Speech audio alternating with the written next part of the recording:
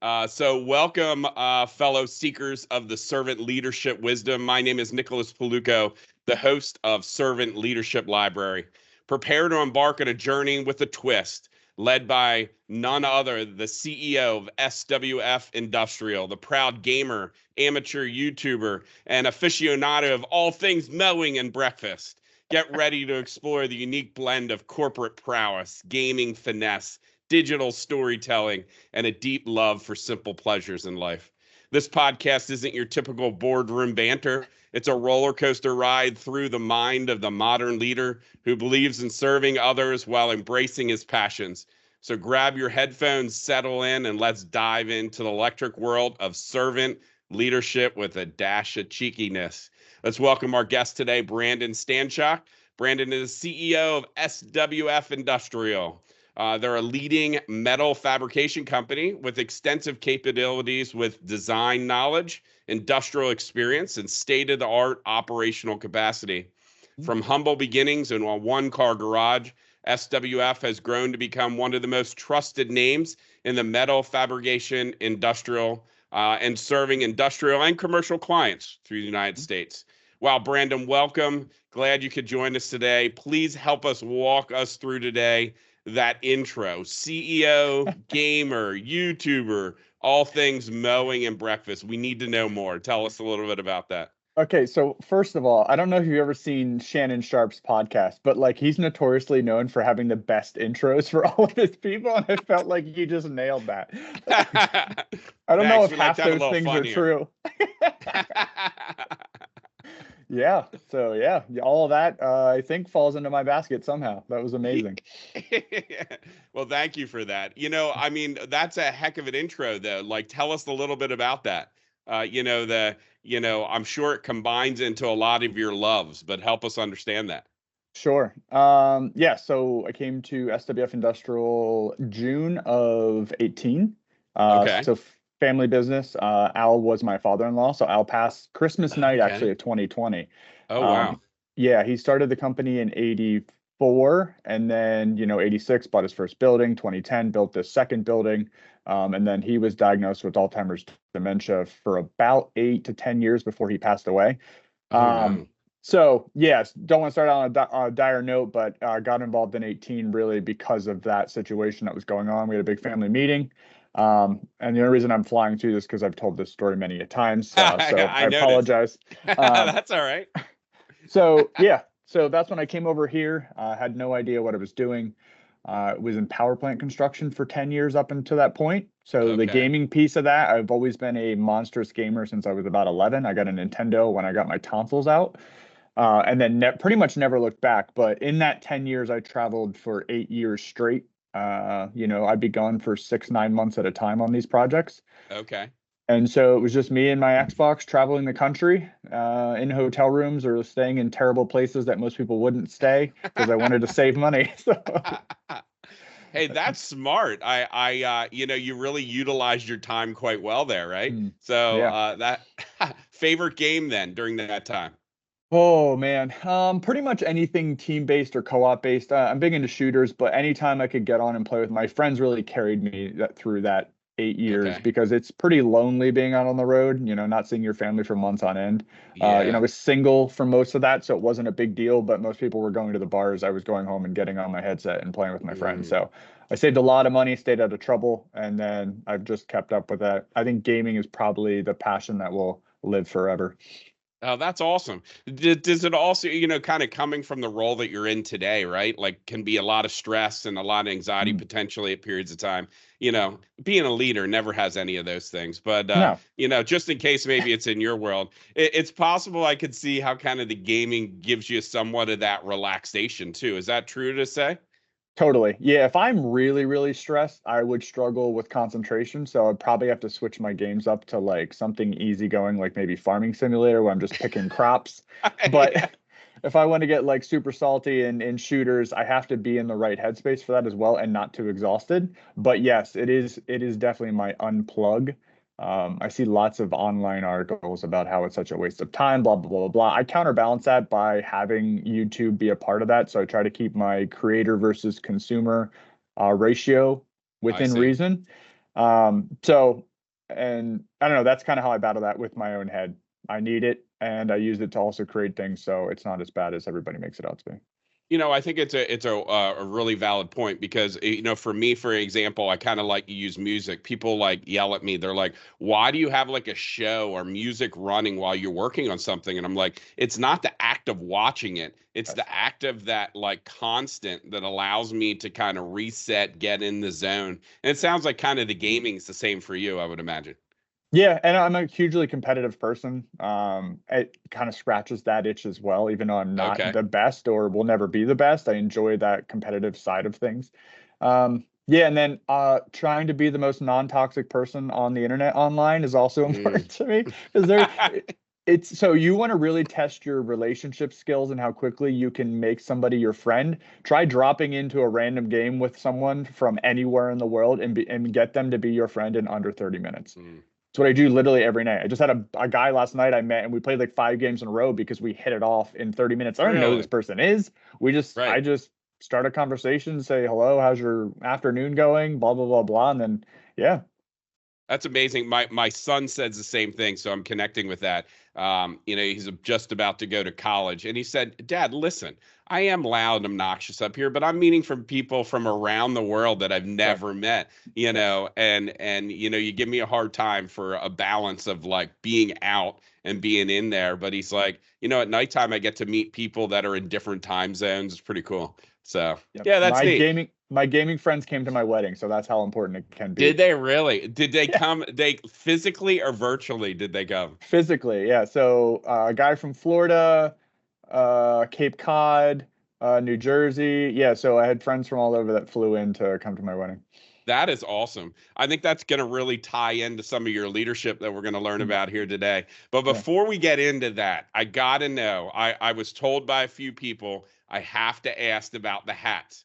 So I Ah. think that's also going to come with the comfort of learning about your leadership style. So tell us more. We all need to know.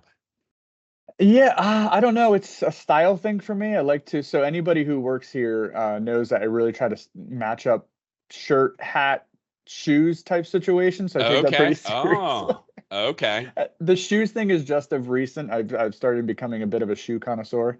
But no, I mean, I wore with traveling all that time and being in construction, hats are like kind of a normal thing in that world. Okay. Um, and it's just part of my personality. It always has been. And then now that I'm here, I I don't have to not wear a hat, so it's a comfort thing for me and I enjoy it. And like I said, I probably somebody asked me, Dan Fisher just asked me the other day how many hats I own, and I probably said about 50, and I probably only paid for about half of them because I just get, random like I'm repping Sod's Metal Recycling, whatever it Yeah. is, as long as it's cool and it fits an outfit, I'm golden. That is awesome. But what's really cool about it is as a leader, it seems as if it you get what you get, right? Like, Mm, some people say, when I was in corporate America, everybody's like, well, you have to confine to like how everybody else is. And what I found is if I just was who I was, I might have not been within the bigger piece, but everybody respected me for being who I was. So I can imagine it's the same for you. You're just living your life and you're leading through who you are, which probably helps your team as well kind of be who they are in the organization. Do you find that at mm. all, or am I oversimplifying such a concept there? No, I think you're right on. I certainly don't get caught up in that headspace of like I gotta fit a mold, but I've kind of always been that way. I would say there are times when I probably hurt the initial view of me with the way I kind of don't care in that space, with Mm-hmm. sweatshirts and hats and things like that. Um, Mm, like I'm not a fan of the saying, dress for the job that you want, like that whole I just don't get yeah. on board with that. I just think it's very dated. But that's also because, I think, you should really be going with and looking at people's potential through their mindset, how they treat Mm. people. It really has nothing to do with clothes, I don't believe. But that's a totally bucking the system thing, which is pretty normal for me. So maybe I it makes love sense that. in my head. I love it, because it brings a memory back to me. About 20 years ago, I got into a business called One to One, and Mm, I was the young guy that knew nothing, and I shouldn't be here because I'm young. And I wanted to know why young was so intimidating to other people. And I don't know if it was intimidation or they just felt I knew nothing and I had no value because I was young. And that was a bit of a, and I realized, well, if I drove a fancy car, they now respected me. And I realized, man, those aren't the people I want to hang out with. But where are the people that I want to hang out with and be led by was a difficult challenge. And that kind of got me into kind of this conversation I'm having with others, right? Like, how do we continue to find the right people that we want to be with and lead with? And it's not always, there was nothing wrong with the people. It just felt very non-supportive, right? You're a new entrepreneur, you're getting in the industry, maybe a new leader, and you're like, why is this so if I drive the fancy car and have debt, that you'll respect me? It's very interesting that you say that. I run into very little people that have experienced that, but it looks like you're kind of been kind of moved into a role too, probably at a certain age, with the dynamic of the family. So I can imagine that's been difficult too. Yeah, I just posted not too long ago on LinkedIn about that. I kind of fell into a role I didn't deserve, right? Or I didn't earn. Mm, And it was a family situation. And when I talked to the people I work with for my LinkedIn account, they said, like, there's tons of people who need to hear that. Like, what does that look like for right. you?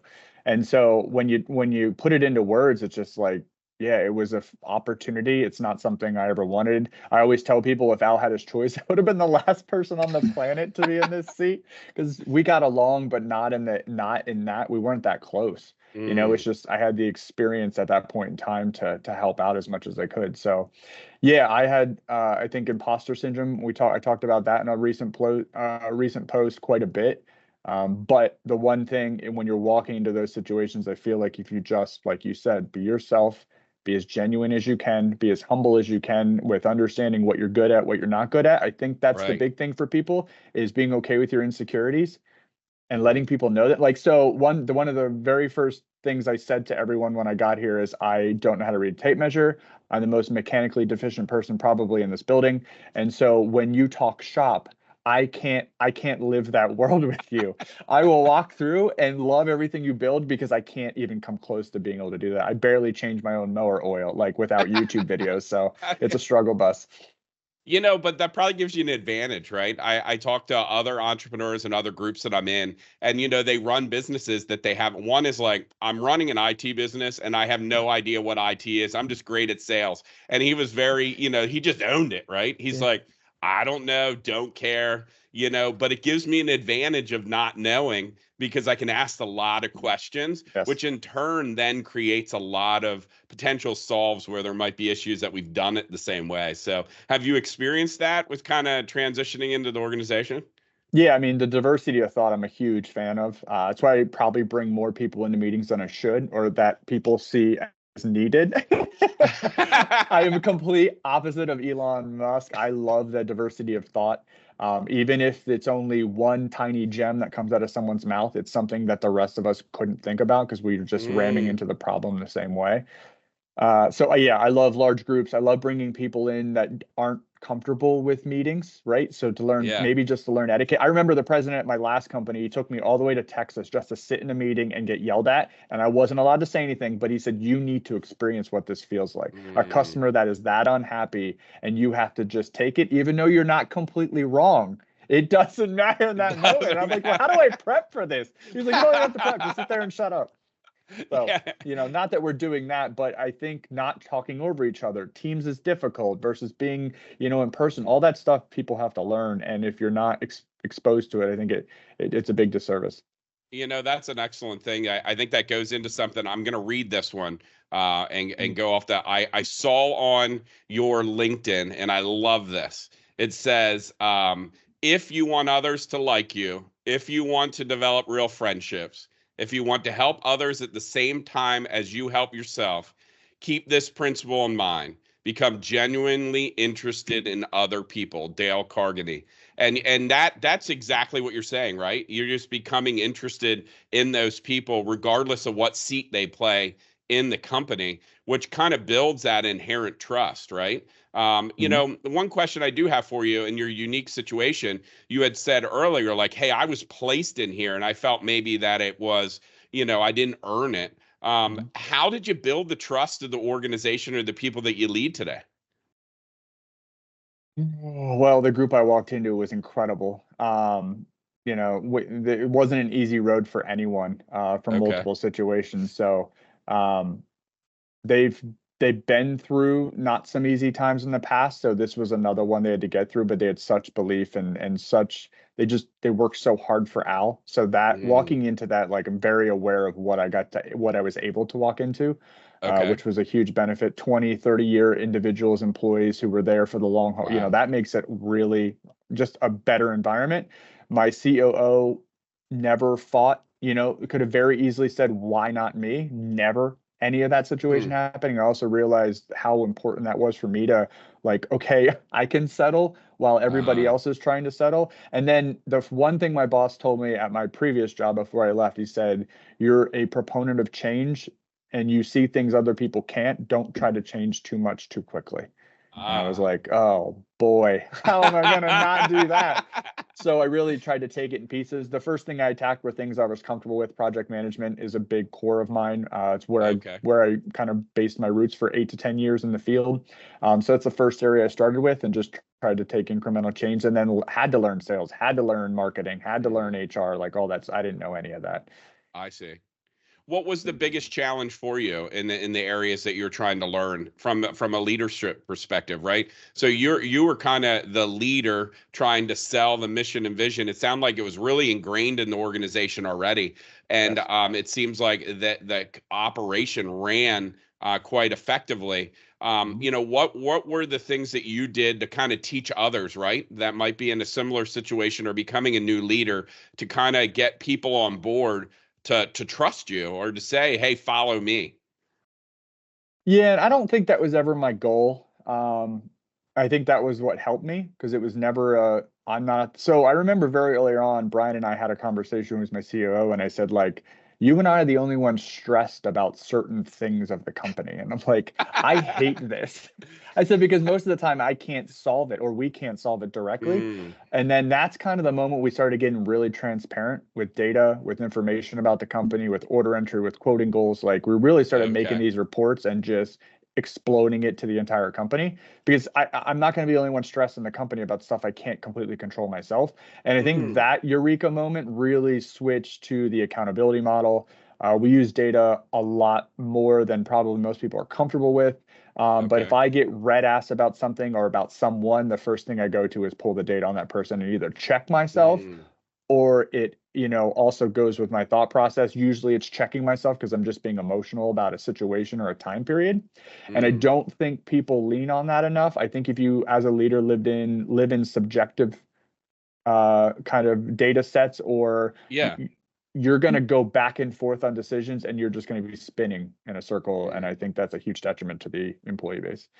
You bring one really great thing up, a couple things that are great there, but one that you talk about kind of that emotion, right? That ownership that you have, the responsibility, and then now that emotion from seeing kind of data, right? But that's kind of the non-people part. And then you said, well, I solved it by going towards the people, right? And trying to not just live off of the data. Is that something that you taught yourself? Did somebody help teach you that? Is that just kind of something that is instinctive to you?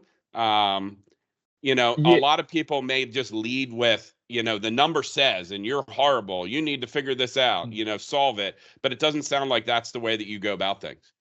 No, I've been yelled at by grown men in the field when I was younger. I know what that feels like, and I Mm, don't forget those times for a reason. And I told myself I'd never want to do that to someone else. mm, Being screamed at in front of 30 people by a grown person is not something you not, forget. yeah. And I also got to experience 50 different project manager approaches to human beings, right? With all the Mm, different places I've been. So you pick up things like, wow, that's really good, or wow, that's really bad. I saw the reaction from the group. I don't want to do that. So I think that exposure, I always got thrown into the fire drills too. I love the really difficult projects. I see. So I think I didn't do it purposefully. It was just through osmosis, the situations I was in that I learned what not to do, what to do. And then once I get here, I leaned into the things that I thought I knew from the past.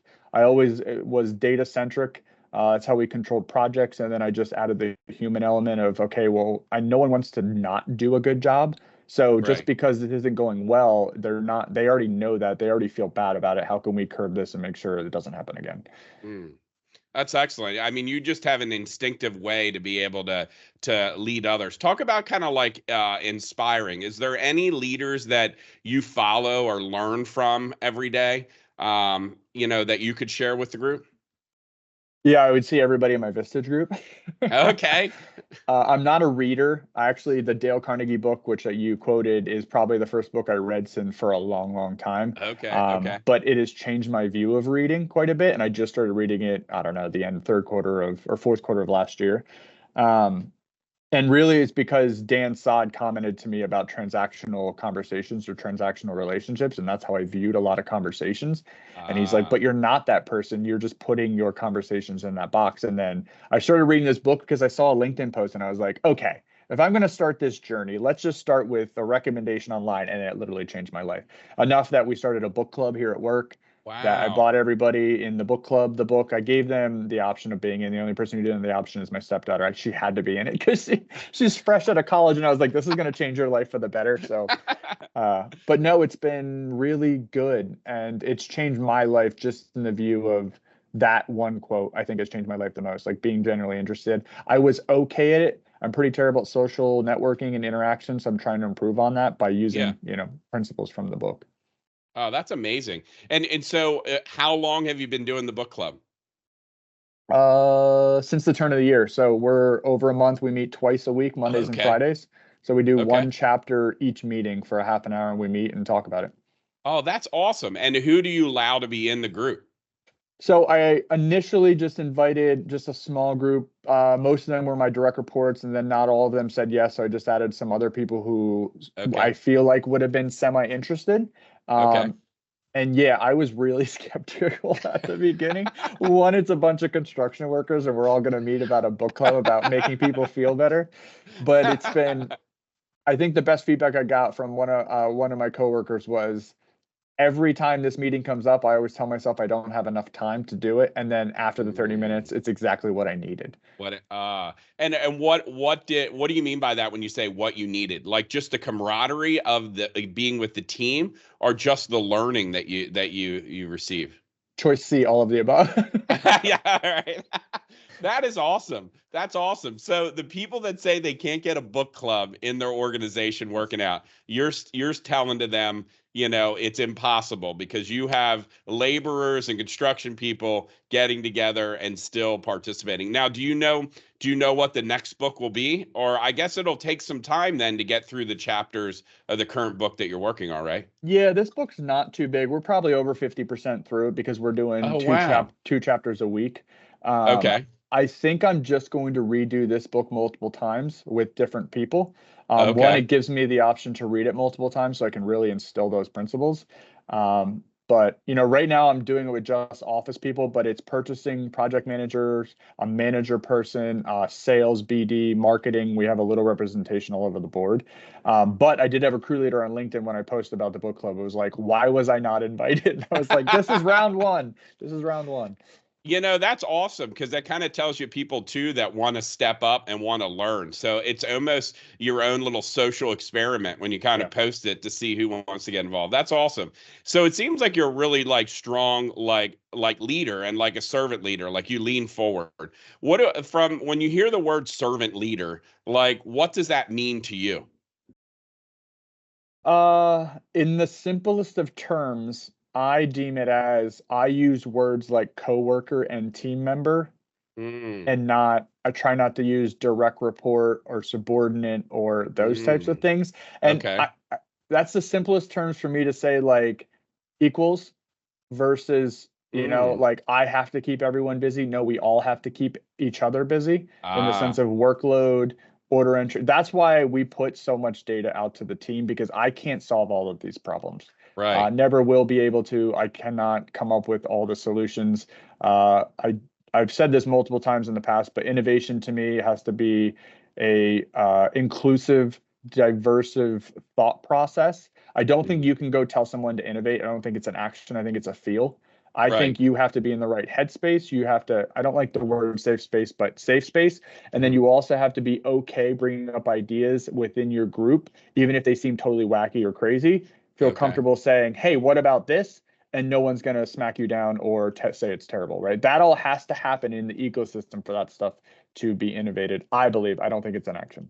Mm. So you're saying more, it's more about words mean more than action sometimes. So like the way that you utilize those words and how you communicate creates that kind of servant leadership, meaning equality, having everyone Yes. involved, everybody has a voice. Okay, that's really cool because the company that I lead called One to One, one of our core values is we before me. Mm-hmm. And then it has a definition. And when we look at hiring, firing, training, and rewarding, we say out of all of our core values, that one is it we before me. So the rest of the team now can hold accountability going, well, why are you using I? It's we. We are Brilliant. here to work through and solve these problems. But what it really helped us identify, Mm. which I think is the same for you, is if you have the right people in your organization. As a leader myself, I failed so many times realizing like, well, I need human beings and I can empower them to feel this vision. And, they didn't feel the vision, they're just like, I want a paycheck. But what I realized when I really got upset was the one day was an aha moment, just kind of having a clarity break, sitting around going, daggone it, why am I so upset? And I was upset because the core values of myself, like the ones you're talking about, I were at jeopardy with the people I was working with, some of them. And until I Mm. wrote those down, I didn't really realize that they were the living core values of the organization that I led, and the people that I worked with and were empowered had those core values. But the ones that didn't, it was okay they didn't. It just they didn't fit within our organization. And Sure. it sounds so simple, but man, I screwed that up over and over and over again. But it's quite empowering. It sounds like you've gotten same empowerment through kind of that same values, I guess, or sharing those values. I was looking over your website, and the one thing that really impressed me was you guys budget for like communal events. Oh What is yeah, that? Or like days off, like a paid day off that's oh really yeah, yeah, community yeah. based. What is that called? Yeah, it's VTO, volunteer time Yes. off. Yeah, yeah. So That's we never heard of that. well, we believe if we can mix our how we want to serve. So we believe we're here to serve the people that we serve, which is unique, right? We obviously need to make money to pay the people, but we're Sure. here to serve others. And we're like, well, if we're here to serve others, then why don't we promote that into the community that's helped us grow from zero to where we're at now? And so VTO came from everybody has a passion that they volunteer with, and they were doing it on the weekends. And we said, why don't we pay them if it fits the mission of the organization? It could be anything from someone volunteering at their kids' event at school or something like that. And we pay them 8 hours of full time pay to go and do those things. And all they have to do is fill a form out to say that I'm going to do this. And we want them to get involved in the community because we feel it's really important that the community is who has supported us from good Sure. and bad. And we need to promote, we can't just say it. We need to put some actions into play. Mm.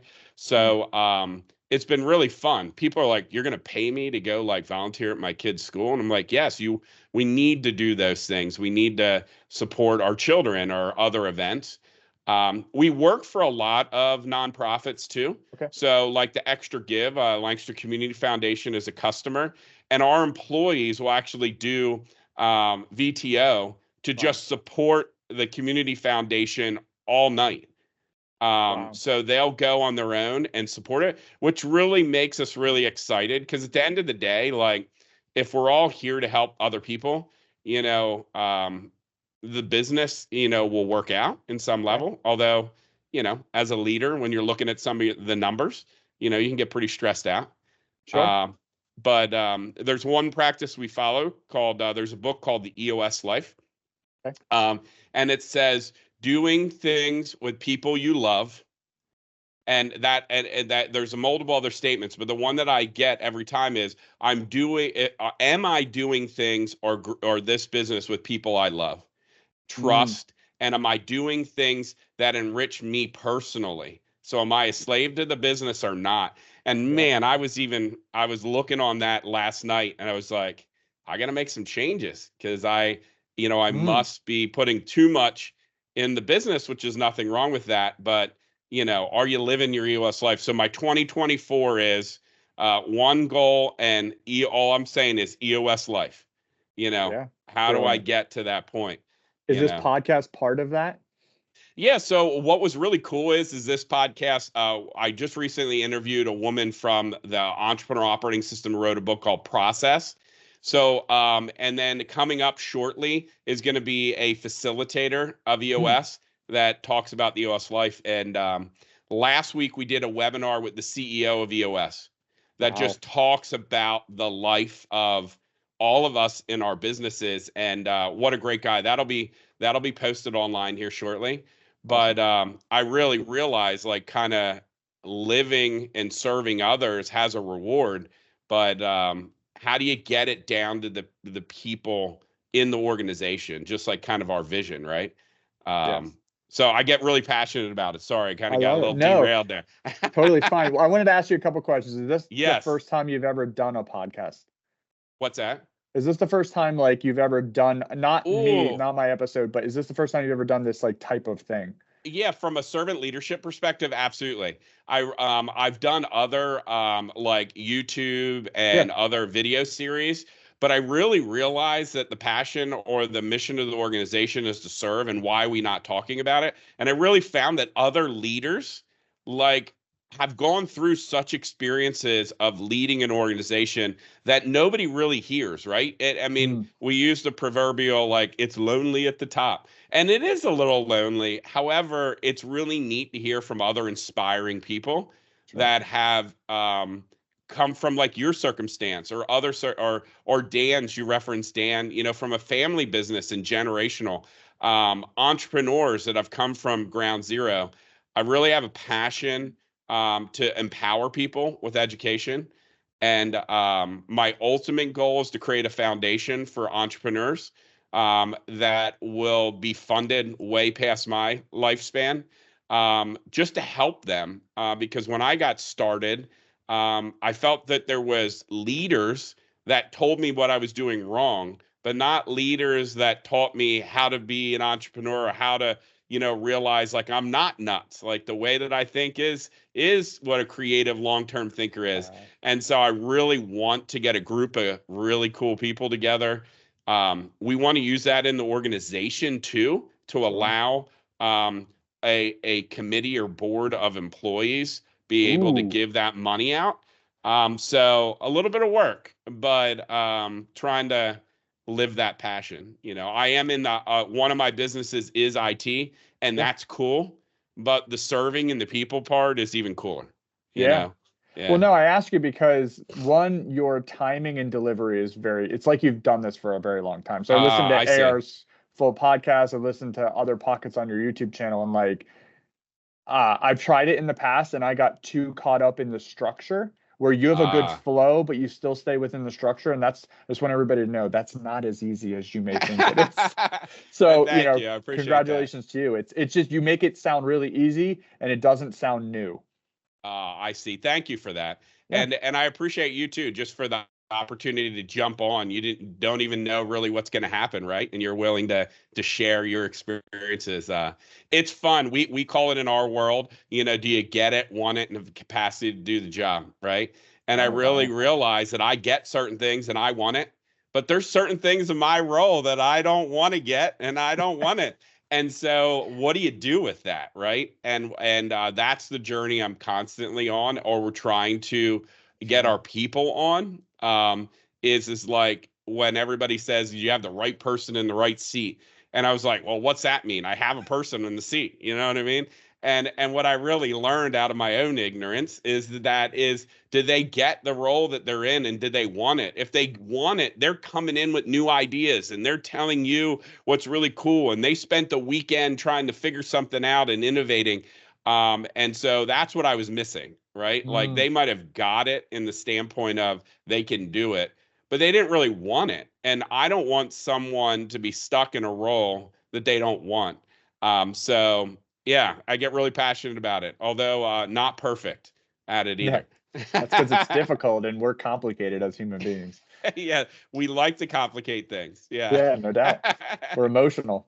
Yeah, we are emotional. That's a good point. And it's ever changing, right? I mean, the dynamics of how to be a leader. I think one thing that you mentioned earlier, which is really cool, is like a peer group. You mentioned the word Vistage, and Vistage is kind of a peer group. Tell us a little bit about like why it's important in your eyes to be part of a peer group. Because some leaders are like, well, I have it all figured out. I don't need anybody to tell me what to do. And I find that generally, the people that are okay with status quo really struggle with some other things. Those that want to grow and develop seem to really find other ways to be successful. Is that true to you? Yeah. Relevant to kind of that experience? Yeah, so you just used the word ignorant, and I just posted about this last week. I love that word because it's so jaded right now, and people are using it as such a weapon word. But like, let's be honest, Mm, we are all ignorant. So I mm. wrapped it in my head just last week and was like, we're all ignorant to tomorrow, but we're 1% less ignorant because of today and yesterday, right? Aha, That's I like that. just a play on the 1% better. But like, everybody needs to relax because we were all probably not the people we wanted to be a long time ago versus today. Um, Mm, so as long as you're growing and you're getting better, then we should all be applauding that versus tearing people down. So that's really what Vistage is for me. I didn't know half the words when I started Vistage of the hmm. words I use now. I didn't know the equation for EBITDA. I didn't Yeah, understand corporate finance. Like I didn't know any of that because I never was exposed to it. I was completely right, ignorant to business acumen and all of that stuff. I was a project management person. right. And those are very different worlds. And then just when you're super stressed or you need to process an issue, just getting that off your plate and Mm. letting other people know, like, it's not that bad. We've all been there. We've been through this, or these are the things that can help you through that. That is life changing because those are the things that make me not sleep that I can't wrap my Mm. head around. And those people, I mean, why do you feel so comfortable to tell them your problems? So it wasn't that. I think the first 3 meetings, I probably said like 4 words. Because you're walking into assuming everybody's got their shit together, right? Yeah. And nobody does. But it took me 2 or 3 meetings to realize, like, okay, we're all just human beings trying to do our best. And then I think once I realized that I wasn't like not the dumbest person in the room, but everybody has stuff. Right. And then once you realize that, and then you do have a voice to help someone and you make that first Mm. connection, like that's when it was a game changer. One, I had a great like person I talked to about the group and Bobby Duraco from Synapse. He really kind Mm, of hmm. bridged that gap for me. AR is an amazing chair and made me feel really comfortable. But luckily I have somebody who's younger than me. So that really worked out. Now we got Nick Martin. So yeah, it was just you have to get over those insecurities of like I'm the Yeah. least in this group. And once you hear stories, and our group's really good at being open and honest, and also humor is in our group, and I love funny people, clever people, just laughing. And I think we do a really good job of mixing that between the really hard stuff and the times we can throw in some funny jabs. So I love that because AR said that in a previous podcast, right? She goes, "We love to have fun and we love to laugh," and I'm like, "Man, I love it too, right?" Like, I mean, I'd rather laugh than cry, right? yes, And I think that's really cool. I think what you're kind of really telling everyone is that to humble yourself to go to a peer group, you receive so much more to be willing yes. to go there, and I can attest that I'm part of an industry group, and I decided to sign up for the bigger one that are like bigger companies than me. And I went in, and the first minute the guy says, "You're too small to be here. Why'd you even show up?" And I was like, Woo! "Whoa." And I was like, "Oh baby, I am crawling my way into this." But it's intimidating, right? And when in reality, by the end of the day, all he wanted to do is see that I was going to be scrappy and fight for it and challenge him. Oh, And I realized that we all want to be challenged in a polite, courteous way, but whew, that was a little rough. I don't That know if was I a would little have rough. led with that. I know. Well, he was a top performer, and his associate was a top performer, and they wanted to control the group, so they only wanted certain people that challenged them. Sure. And so it was a rude awakening after like 20 years of being in intense situations, that was an intense one. So I really respect you for taking the opportunity to lean in and finding a peer group. They are amazing. That's something that I realized too. I don't know about you, but having a coach, I always thought, hey, I need to solve my own problems because everybody else is doing it that way, right? And didn't realize that my growth came after I found a coach. That would have been a personal coach or a business coach. And if I would have started 20 years ago again, I would have hired a coach the day I started. But didn't realize. So, like us educating those listening even today, give them the opportunity to go find a coach, be willing to kind of lean in. And you're a man that runs an organization of over 150 people, right? And you're speaking and being humble about how you lead. I think that's great to help others that are trying to figure it out on their own too.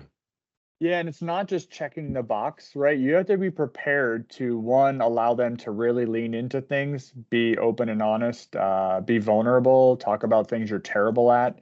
I think that's probably, once again, insecurity is probably the biggest hang up for good leadership in my eyes, because Yeah. you're gonna protect yourself from the things you're terrible at. And if you don't find people to fill those gaps, I think that's where really a lot of people fail. You're absolutely right. I got to change subject to here because I got to know this. But share me a specific example of how your passion for mowing and or breakfast influence your decision making. I got to know that. You're my kind of guy with that kind of funny statement. So I just got to know. Well, mowing's my time to think. So Ah, much like walking my dog, I think I come up with the best ideas when I'm mowing. And I just love the finished product. I don't know, for some reason I've always loved mowing. It takes me probably 2.5 hours to mow my lawn, oh, and I that's love awesome. every second of it. And breakfast, it's really interesting. If you want to really push so I get invited to lots of lunches Okay. with people trying to either get involved with something I'm doing, or they have something they think can benefit the company. And I always challenge people by going to breakfast. And usually I'm an early riser. I'm at work by 4:30 usually, so it's like All right. a 6 a.m. breakfast for me. And I really want to see if people are into having a conversation right at 6 a.m. So I don't always push for the 6 a.m.s, but I've always been a breakfast person. I don't normally ever eat lunch. That's kind of the world I grew up in for 10 years. It was Mm, a nice hearty breakfast in the morning, and then you're running too quickly at noon to stop and go get lunch for me. But ah. uh, that's just, yeah. And I just love breakfast food. I love eggs. I love toast. I love all that stuff. So What is really cool, what I'm learning from you is that you're creating unknowns maybe to you or what you've developed, different things in your life to steer you to kind of reset you as a leader, right? Like I heard walking or mowing. And what's really cool, somebody told me one time, when you have a meeting, start walking and having walking meetings. And I'm like, well, that could be weird. Like, what if you need to go? And they're like, not one that you got to write something down. But they said, hey, when you're walking, you're both moving forward in the same direction inadvertently. So it's yep. kind of cool, right? Like you're mowing and you get something done and it's completed. I think it's really hard as a leader sometimes because we don't see the tangible results all the time. Or at Mm. least I don't, right? Like we're trying to develop people, but I'm the same way. I'm going to come home, I'm going to build something with my hands. And my family's like, why don't you rest? I'm like, this is resting. Like I Yeah. got something, it's done. I can see it. It's completed, and that's like the reset. So that's neat to hear that you kind of you put those techniques in your life to also give you kind of what I call a clarity break, like a reset. Yeah, you hear that a lot from the shop and field guys who come into the office in this industry. They lose the tangible, they lose the build, they lose Right. my COO talks about that all the time, that his spreadsheets are now his build, or right. Like he has to be Mm. very, where I don't struggle with that because I've never been a builder. My dad could literally build anything. I should have paid attention when I was a child more. Obviously, I wouldn't have to pay for all of the plumbers and everything else I have to pay for because I can't solve my own problem. But like they lose that piece, and sometimes they'll have the hobbies that fill into that, where I Mm. think, yes, I'm using it as mental downtime or a mental reset. And I talk about my group of Vistas group will tell you all the time, like, how do you have this many hobbies? And I think I need them because I Yeah. need that mental reset. I think that's great. I totally not switching subjects, but prior to my other businesses, I owned a lawn care company, right? And you Let's talk about go. mowing, right? And so I learned very quickly about like people and recurring revenue and services. And one thing I think is funny is I learned really quickly that nobody cared what the middle of the lawn looked like. They It was the only edges. cared to see if it was different is if I edged it and I Yeah, blew the sidewalk off. So yeah, all my competitors would mow and they did the job, yeah, but they didn't take the extra effort to edge it. And I got more referrals from edging, and I yes. could have burnt the middle of the grass out by accident. And they loved it because when they pulled up, they saw that detail. And Tight so I think we lines. can apply like our personal things to even business, right? Like, how much does somebody take? I say sometimes, I just want to run out when I interview someone and look inside their car. Like, is it Ooh. organized? Is it clean? Are they detailed? Is there a I cereal can't bowl? do that. Yeah. Who's the creeper out there? Yeah.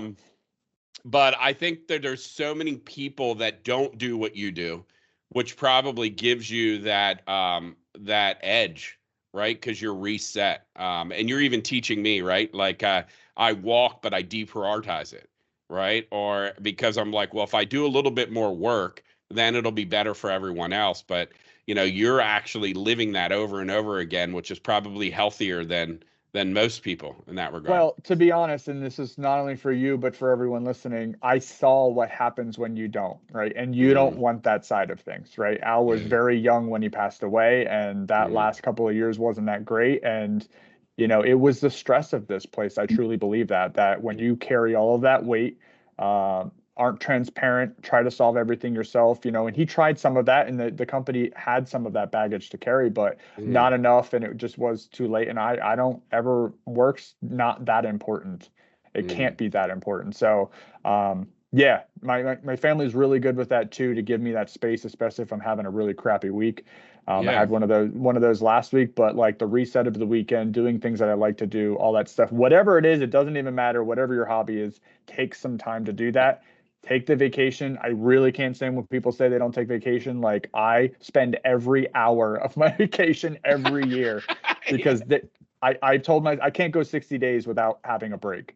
Like, because Mm, mentally I cannot, I get very testy, I get very short, and I can't be mm, that person. If I'm not in a mm. positive mindset, we're missing opportunity. I'm Right. not pulling people up when they're down, all that stuff. Right. That's a great point because I mean, many of your, in your role, it's not just about, the organization, it's about the culture, it's the people and the driving, and you have to be your best self to kind of Yeah. move them forward. I think that's a great advice. I fail at that many times and I have to reset, so it's a good reminder. I think one thing that you kind of beat yourself up on and said, hey, I have to hire the plumber, this and that. Actually, you're pretty smart. So read the book, anyone, Who Not How. So Okay. what you're doing is you're living your life because you're finding the who's, not how to get it done, who to do it, which means it gives you more free time to do the things you love. And there's a friend of mine that is really great at this, that runs marathons, owns a business. And I'm like, how do you do it? And he has mastered the who, not how. Small book, easy to read, Okay. but it teaches us it's okay. Like I grew up, it wasn't okay. You had to figure it out, do it on your own. When in reality, I never had time to do the things I enjoyed. And so this book is about Mm, freedom and about giving yourself freedom and okay to have a who, not a how. And it's fascinating. yeah, Yeah, it's I don't know. crazy.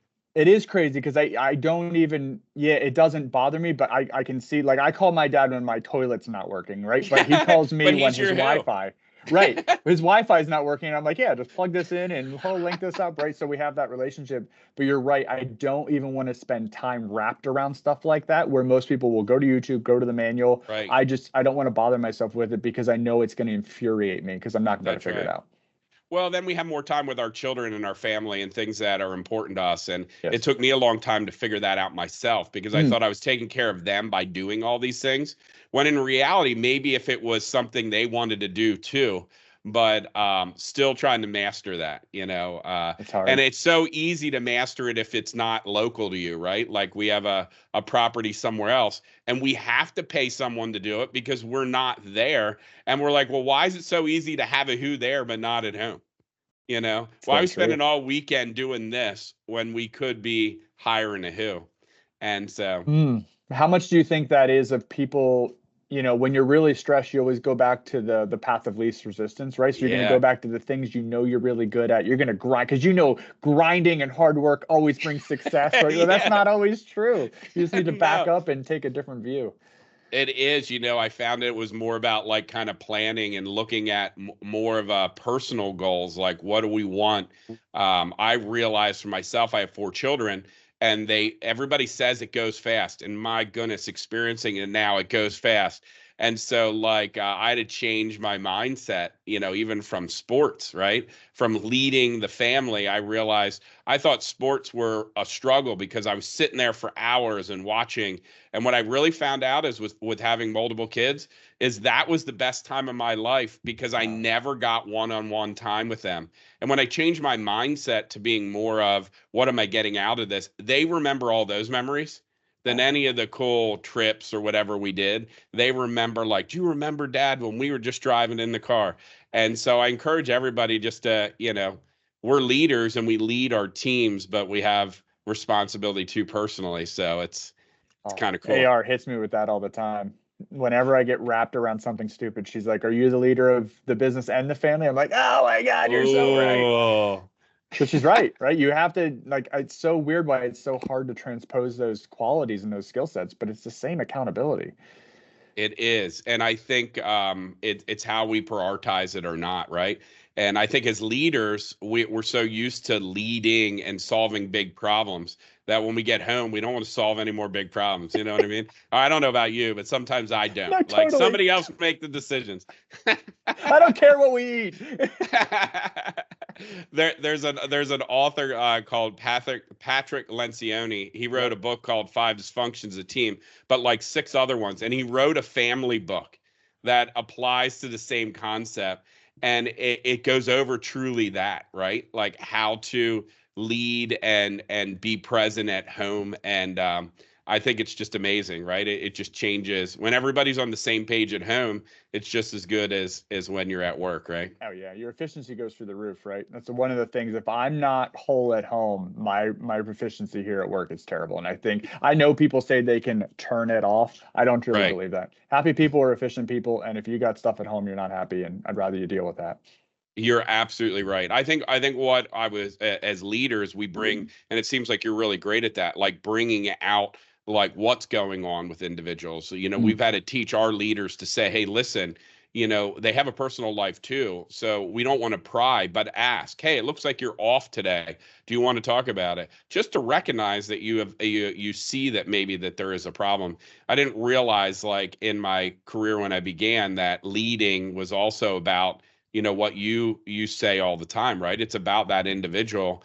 And I was like, well, I'm in charge of their like work individual, and that wasn't true. we're Yeah. we're there for their whole body to help them. And when we finally kind of connected in that way and had leaders that connected in that way, it makes a huge difference. Well, and I think we talk about this. We have a weekly safety roundtable that we talk about. And one of the things that came out of that was health and mental health and physical health of and checking Mm, someone's mannerisms. If your mannerisms change, like you need to be yep, checking in on them. I think most people like to put that wall between personal and business to separate because they're so afraid of asking about the personal. But that's right. but what came out of the group meeting weekly that we meet every single week and we're going through the whole company is someone said like I'm not if I have something going on, I don't need you to solve it, I just need you to listen. And I was like, Mm. everybody in the group was like, oh, you could see everybody go, oh, that's all. Like Mm, we get so wrapped because we feel like we have to solve everything for someone else, and like yep. I'm not sure how to help somebody with something that's really complicated. How about you, if you just listen, can you do that? And you're like, oh yeah, I think I'm decent at that. And then you could, so I'm just repeating that message to everyone because sometimes you just have to sit there and listen, and And that listen. solves the Yeah. problem for the person. I was like, You're absolutely right. I think one cool technique too to share with everyone is we start every meeting with a personal good news and a business good news. I like And that. the reason why is that personal one, you get to learn more about them individually and don't have to dig more in. Hey, I had a really great experience with my son. We went X, Y, and Z. And you're like, oh, okay. Well, he likes to do that. Yeah. And then the business good news is they have to think about something positive, even if it was a bad week, what was Sure. great. and then you all get to learn every single meeting more about each other, which is kind of cool. Yeah, that's brilliant. Because as we grow, that scalability really lets you stay close with individuals, right? Then you could Right. say like, "Hey, I remember you said you went to the latest Marvel movie and blah blah blah," right? You Yeah. always have a connection point. Yeah, that's really good. I like that. It's a fun thing because we get to, I think what we're hearing is the theme of this one is about how we care about the people. The most successful leaders are, how they connect and care about, their people they lead, right? That kind of leads me into my one question. I found out that you guys have these things called the 3 C's. Mm. What's that about? Yeah, so character, commitment, and creativity. Those are the 3 C's. And Okay. we rebranded. We were kind of looking for values. And those kind of came out of it because we've always been known as a very high quality company. So Okay. we may not be the cheapest, but we fix a lot of other people's stuff as well. Okay. So that's kind of goes with that commitment to the customer. We really, if a customer can't buy it out of a catalog, we pretty much can solve their problem if it's made of metal. Okay. The character piece is we always try to do the right thing, and if we don't, we hold each other accountable to solve that problem or go back to the customer and solve it for them. Okay. And then creativity is an interesting one because a lot of people here didn't agree with that one. But if you look at what we do with metal, like there are artists out here, and that's when I talk in that when we talk in that language about how creative the group is, like to form stainless into a spiral staircase, to make an aluminum Wow. blah blah blah, like all the things that start as flat sheets or channels or beams and turn into these beautiful works of art at the end, is super creative, and I just don't know how they do half this stuff here. I think that's amazing too, because it sounds like you have a group of very humble individuals that Mm. that really love what they do. I found I have a friend that does $1 million additions, and he's like, it's easy. And I'm like, no, you have what's called a talent that is like not everyone has. Well, you can learn it. I'm like, I'm sure I can learn anything, but like you can make furniture, you can build the house, you can renovate it. Like not many people have your talent. But what I find is the most successful people have that humbleness, which is really amazing to see. Well, I think it's because that allows you to keep your mind open to ideas or different thoughts, right? So like if Yes. I have everything figured out, I'm closing everyone out in every conversation there forward. And I used to be this person. I used to be terrible. What I tell everybody is my first 5 reviews at my first job out of college.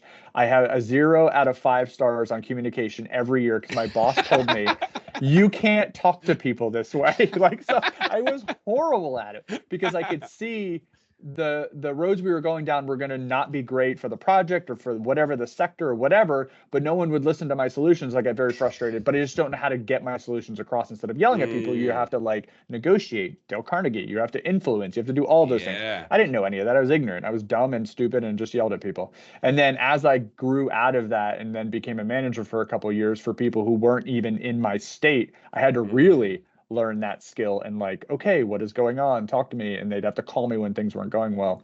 And then it just compounds from there on out. That's a great way to kind of work to wrap us up here. That's amazing, right? You're really teaching us that you were put into a situation, but you continue to learn and self-learn, evaluate, Try to. re-update yourself. You know what I mean? Like not many people have that capability, right? To be able to be self-aware enough to just try again, right? Because we're so used to kind of being told no, and then Mm. it's hard to retry. I think I think that's a it's really fear. good piece of advice. Yeah, you're right. It probably is fear. I think it's fear because it's terrible to look at what you're terrible at and then try to improve on it. And then Yeah. also failing. I've done plenty of things. I've had plenty of channels. I have podcasts that failed that just didn't go anywhere. But now I know that it's not something I really liked. Like, what if it kicked Ah, off and ended up being something and I can hone in? right. Sometimes just doing the thing is more about figuring out what you don't like versus what you actually like. Ah, that is well said. So many people say all the time, like, well, I'm afraid to fail, right? And I'm like, failing's awesome because now I know what not to do next time. That's If I terrible. haven't failed, like if I keep doing it, that's like insanity, Yeah. And so many of they're like, what do you mean fail? Like fail, like it's okay, as long as you don't hurt someone. I Right. think that's really well said. As we wrap up, give a final statement to everyone that you feel might be impacting, or you would love to tell those trying to learn and develop their skills as a leader. Lean into your weirdness. It's what sets you apart from everyone else, and don't be afraid to let that shine, because that, when you're looking to influence, impression, get people to know who you are, that is the only way to stand out, especially in the world we live in today. So whatever is your superpower, find what that is, make money from that, and do it as often as you can. Oh, that is awesome. Can I use that? Lean into your weirdness. I love Sure. that so much. That is Yeah. awesome. That resounds to me because I was always the guy that, was a little different because I was of my thinking. So I love that. Thank you for Yeah. that. Yeah. Well, as we close this chapter of the Servant Leadership Library, I'd like to extend my heartfelt gratitude to our guest, Brandon, the CEO of SWF Industrial, and a true embodiment of servant leadership with a twist. Brandon, your insights into, blending gaming, YouTube, mowing, and breakfast with leadership have been both enlightening and inspiring. Your passion for serving others while staying true to your diverse interests is a testament to the power of authenticity in leadership. To our listeners, thank you for joining us on this journey. Remember, leadership is not just a title or position, it's about the impact we make in the lives we touch. And until next time, keep leading with heart, mind, and sprinkle a little playful spirit in there. This is Nicholas Paulukow signing off from the Servant Leadership Library. Thank you.